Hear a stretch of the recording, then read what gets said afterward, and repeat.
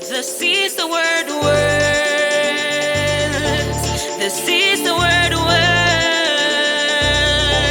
This is the word works. Oh, this is the word. Hello everyone, welcome back to the Combining Spiritual and Academic Excellence Tips, in short, Assisted Tips.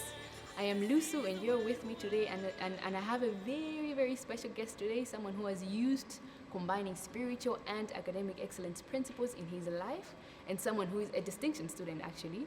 So I'm going to have Jeffrey today on set with me. Just to give a brief background, he's someone that has used these principles.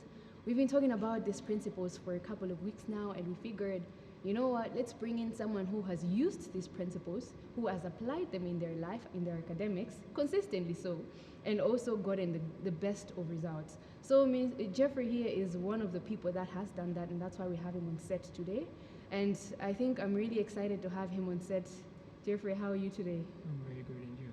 Okay, so you have the floor. Tell us a little bit about yourself. Right, thank you very much.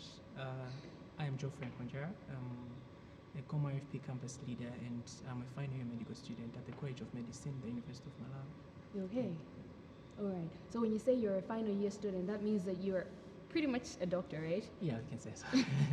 Okay, and you know, one of the things I love about Jeffrey is that you have used these principles, and actually your results were featured in this Combining Spiritual and Academic Excellence Compendium, the Testimonies Compendium. Your testimony was actually featured in there. All right, so tell me, where exactly did this all start? So I got to encounter this story that was in 2015. Then I was in second semester, first year. That was like in med school, at College of Medicine, we call it pre-med. So by that time, my grades were like, I remember first grades, I was like, the ones I had that time were like 3 distinctions, I had 2 grades and 1 pass. And it was something that it wasn't that good to me. I wasn't saying this. I thought maybe this is how it would be, because this is how college should be. Maybe you can pass, sometimes maybe you get a pass a year, but are you saying you were not satisfied with 3 distinctions, a pass, and a credit? Yes. You were not I satisfied was with that? satisfied. Okay, Yes. go on. So when I got to encounter this word, pastor was there sharing how, as a Christian, you're supposed to succeed, and you're supposed to be the head and not the tail. You're supposed to get distinctions. If not, maybe you can get a credit. So I was there, like, pastor sharing these principles. I think if these principles work for him, there are things that can also work for my life. So I remember I had just written, also at that time, I just written my end of semester 1 exams, and the results were not yet out. And pastor shared through the teachings, that one of the things was to say you can alter even the results that have not yet come out. You can speak the word of God over the results that you want, over even the ones that haven't come out. So one of the things I took time was to start making confessions towards the results that I had, towards the results of the exams that I first written. So I started making confessions. I was speaking out I was taking out each and every subject and speaking out what I want for that particular subject. And I remember when the results came out, I had like 4 distinctions and 2 credits. I would like to go back a little, because you know, when you tell us what you have done, I would like people that are watching to also be able to replicate the results that you have gotten. And so when you say you were making these confessions, how is it happening? Were you like in a room and you have a list of your subjects and you start speaking positive words over your subjects, or how exactly were you doing this? I remember then I would find some time early in the morning and make confessions, and also during the day, something that I would make sure whenever I'm working, like even people would hear me that I'm talking those things about. I'm a distinction student. I'm getting this kind of grades in my results. People up to the time people started asking, why is it that always you're walking and you're talking? It was something that I was I made it so much that I wanted this to be something to become part crazy. of me. It is crazy, because I can't imagine, if you look at someone, they're walking and they're talking to themselves, it's kind of crazy. That's the conclusion. You're crazy. So how has this worked out for you? Getting to confess, I remember at that time when I got those results, I was like, wow, so these things are working. I was like, even if I have these results, there's more that I can do. I can get distinctions throughout all these subjects, which I related like 6 subjects in pre-med, which is first year. And I remember going into the next exam, and I was like, because of the word that I learned, and I'd applied the principles that I had learned through the conference that I had attended, and also through reading the sister book, I got to use those principles. And actually, in the end, I remember during that time, I got distinctions in all my subjects that I had written at the time. O distinctions. All distinctions in all subjects. O distinctions. Yes. I just want that to be clear. O distinctions. Yes. Okay. Ladies and gentlemen, he got O distinctions.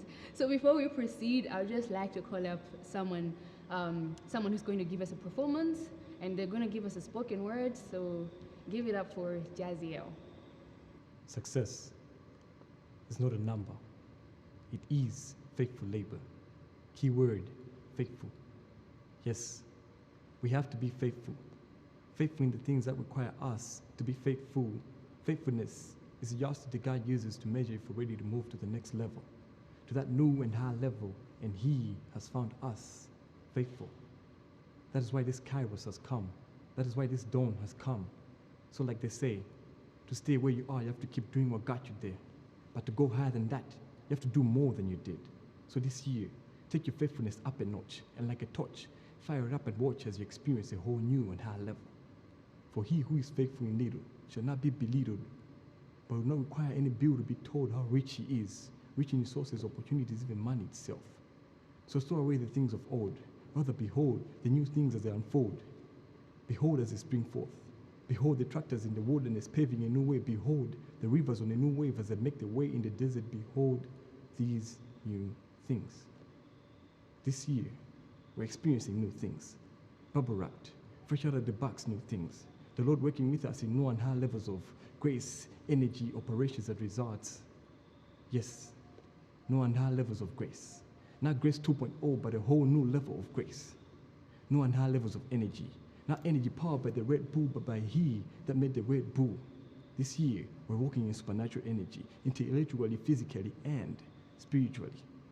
New and high levels of operations. Operations more clinical than the surgeons, executing plans with wisdom, innovation, and efficiency, 360 degrees in all areas of our lives. And as we combine new and high levels of grace, energy, and operations, will result in new and high levels of results that will render your past results child's play. And as all this comes into play, you notice a lot of things come your way. Remember, for you to benefit from all this, you have to be faithful with every little thing.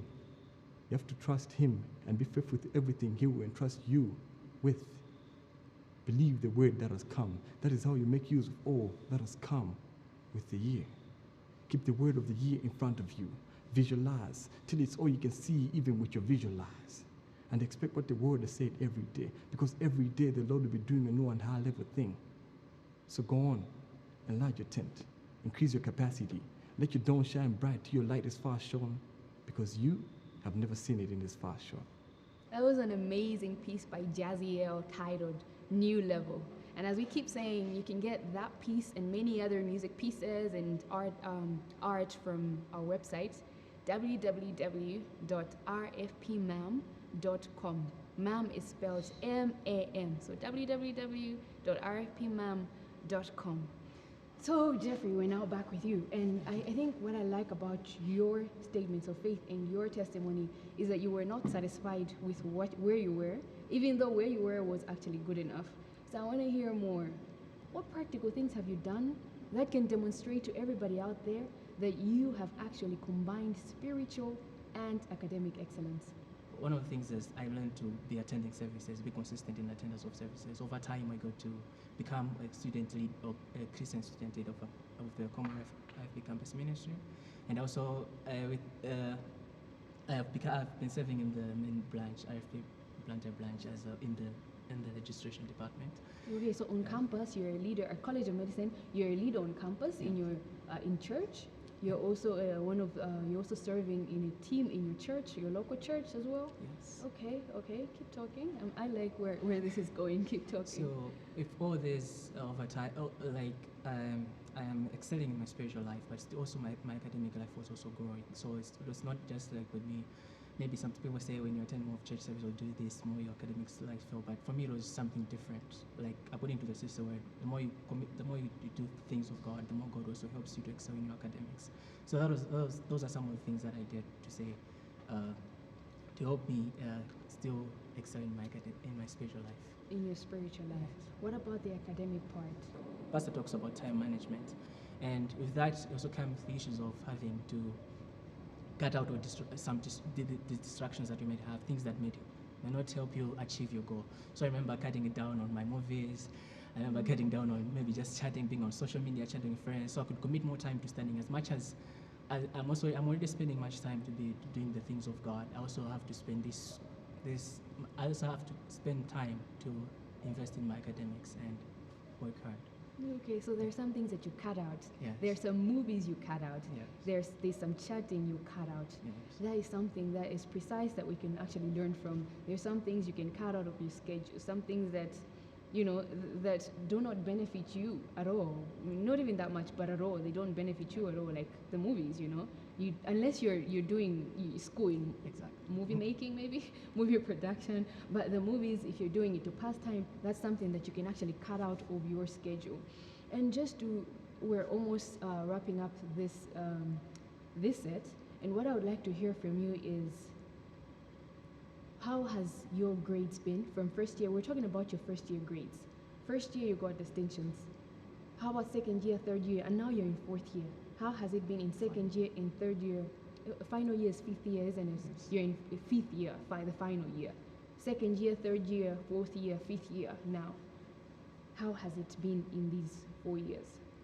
Okay, so first of all, I just want to point out that start from premier then for like year 0 up to 5, so that's why we're in year 5, but practically Year I'm in year 6, five. yes. Oh, So, 6 years. so okay. that was me when I was in first. So when you're talking about first year here, we're talking about being in pre-med. Pre-med, okay. Yes. So I've gotten into. I remember from first year, second year, there hasn't been a semester that I haven't gotten a distinction. There hasn't been a year that I never got a distinction. I remember first year, second year, third year, I've been getting distinctions throughout, and occasionally maybe I'll get a credit here and there, but most of the times I'll be getting distinctions. I remember even in fourth year, last year, which is my last academic year, I had like 6 distinctions, and I got to be top of a DINS list. I was like, oh wow! So this At is the top of the DINS list. the DINS list. Okay. Yes, in my class, and people were like, oh, okay, wow. So these things that you actually say. I remember one time someone asked me, says, you always talk about distinction. Are you still doing it up to this year? I'm like, yeah. So these are the results that I have. These are the things that I'm having. You can see they're evident. It's not just me talking about it that I get distinctions. These are the results that I'm having. I think what I like the most about you is that you've been so consistent. You didn't just get the results in the first year, but you were consistent all throughout. As you continuously, applied these principles, you have gotten better at it, and now you're in your final year, you're getting distinctions so consistently, and that is something that is very impressive. So thank you so much. We were so glad to have you on set today. This is the Sister Tips, and so until next time, I hope we'll have you again next time. The world